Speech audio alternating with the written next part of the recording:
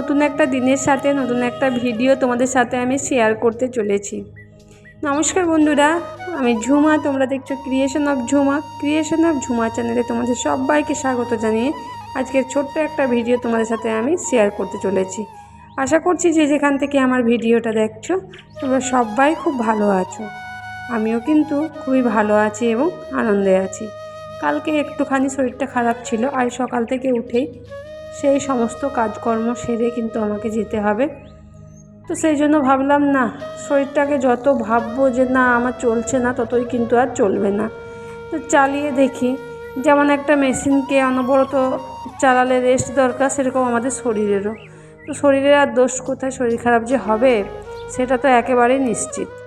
এত পরিশ্রম, এত কি বলবো, খাটুনি কি সহ্য হয়? সেই জন্য একবার করে শরীরগুলো খারাপ হয়ে যাচ্ছে। তো সেই মতো কাল সারা রাত রেস্ট নেওয়ার পর আজ সকালে ঘুম থেকে উঠে একটুখানি ভালো আছি আর কাজ শুরু করে দিয়েছি। তো সকালে কি কাজ করছি সেগুলো তোমাদেরকে তো আর না বললেও চলবে, তোমরা দেখতেই পাচ্ছ যে আমি কি কাজ শুরু করে দিয়েছি। ঘুম থেকে উঠেই প্রথমে উঠোনটা একটুখানি জল ছিটালাম, তারপরে উঠোন ঘর সব কিছু ঝাঁটা দিয়ে তারপর কিন্তু এবার সব পরিষ্কার করে নিলাম। আজকে উঠোনে তেমন কিছু ময়লা নেই, কারণ উঠোনটা ওই যে কাকিমাটা আসে তো একবার ঝাঁটা দেয়। তো আমি ভাবলাম সকালবেলায় বাসি উঠোন কেন পড়ে থাকে, সেজন্য আমি একবার প্রথমে ঝাঁটা দিয়ে দিলাম। আজকে জানো উঠোনটা আমি কিন্তু ধুইনি, জল এসেছিলো কলে। তো প্রতিদিন একই রকমের কাজ করতে ভালো লাগছে না, সেজন্য আজকের উঠোনটা ধোয়া থেকে আমি স্কিপ করে গেছি। আর দেখো ঘরটা আমার মোছা শুরু হয়ে গেছে, ঘরটা শেষও হয়ে গেল মোছা অবশ্য। আর এরকম যদি মপসগুলো থাকে না, ঘর মুছতে কোনো অসুবিধেই নেই। তো এগুলো দিয়ে আমি মোছার চেষ্টা করি। প্রথমে কিন্তু আমি হাত দিয়েই ঘর মুছতাম, তারপরে হাঁটু ব্যথার জন্য কিন্তু সেটা আর হয়ে ওঠে না। প্রচণ্ড কিন্তু হাঁটুতে আমার যন্ত্রণা, হাঁটু মুড়ে আমি বুঝতেই পারি না। এমনকি আমি যখন খাবার খেতে বসি তখন কিন্তু আমি পাগুলো মেলেই খাবার খেতে বসি, হাঁটুটা মুড়তেই পারি না, এত পরিমাণে ব্যথা করে। সেজন্য মপসটা কিনে আনিয়েছিলাম, তারপর থেকে মপসটা দিয়েই কিন্তু আমি ঘরটা মুছি। এখানে দেখো বাইরের দরজাতে জল দেওয়া হয়নি, সেজন্য বাইরের দরজাতে জলটা দিয়ে দিলাম। আর প্রতিদিন তো সকালবেলায় ঘুম থেকে উঠে আমি দরজার বাইরের দরজায় সব কিছু কিন্তু আমি জল দিয়ে থাকি। তো আমার কিন্তু প্রতিদিনের নিত্য নতুন যে কাজগুলো থাকে সেই কাজগুলো আমার সারা হয়ে গেছে। আর সেই কাজগুলো সারার পর আমি যেখানে প্রতিদিন সকালে ঘুম থেকে উঠেই ঢুকে পড়ি সেই জায়গায় ঢুকেও পড়েছি। তো আজকে ঘুম থেকে উঠেই ঢুকিনি, আজকে বাইরের কিছুটা কাজকর্ম সেরে তারপরে রান্নাঘরে ঢুকেছি। আর কি বলো তো, রান্নাটা হচ্ছে না খুব তাড়াহুড়োতে হয়ে যায় আমার সকালবেলায়। তো সেই জন্য কী যে করি রান্না আমি কিছুই বুঝতে পারি না। তো রান্না হয় অনেক কিছুই আমার টুকরোটাকরি, কিন্তু কী রান্না হয় সেটা আমি বুঝতে পারি না, কেমনভাবে রান্নাটা করি এত তাড়াতাড়ি থাকে।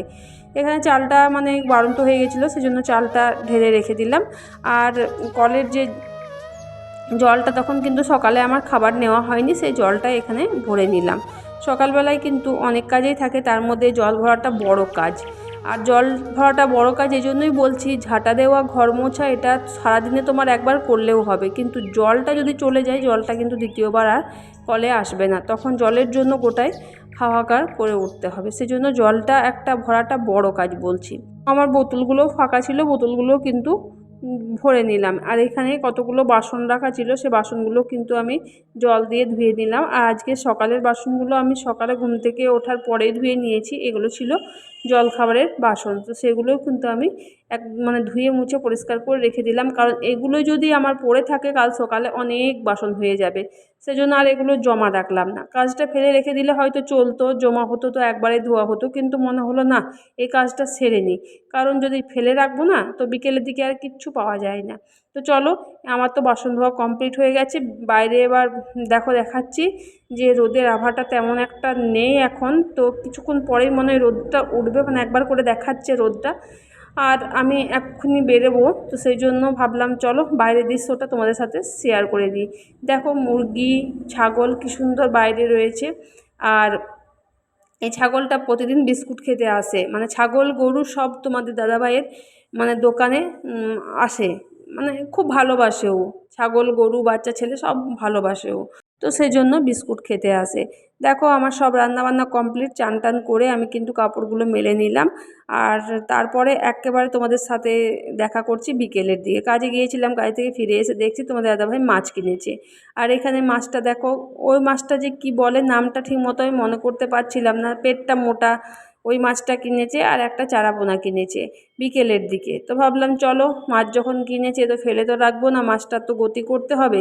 সেই জন্য মাছটাকে আমি ভালো করে কেটে বেছে ধুয়ে রেখে দিলাম।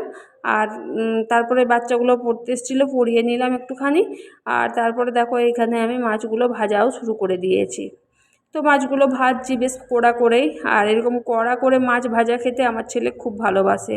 কালকে রাত্রে তো রান্না হয়নি, আজকে রাত্রে রান্না করব মাছের ঝোল। তো চলো আজকের ভিডিওটা তোমাদের কেমন লাগলো অবশ্যই কমেন্টে জানাবে। তো দেখা হচ্ছে তোমাদের সাথে নেক্সট ব্লগে।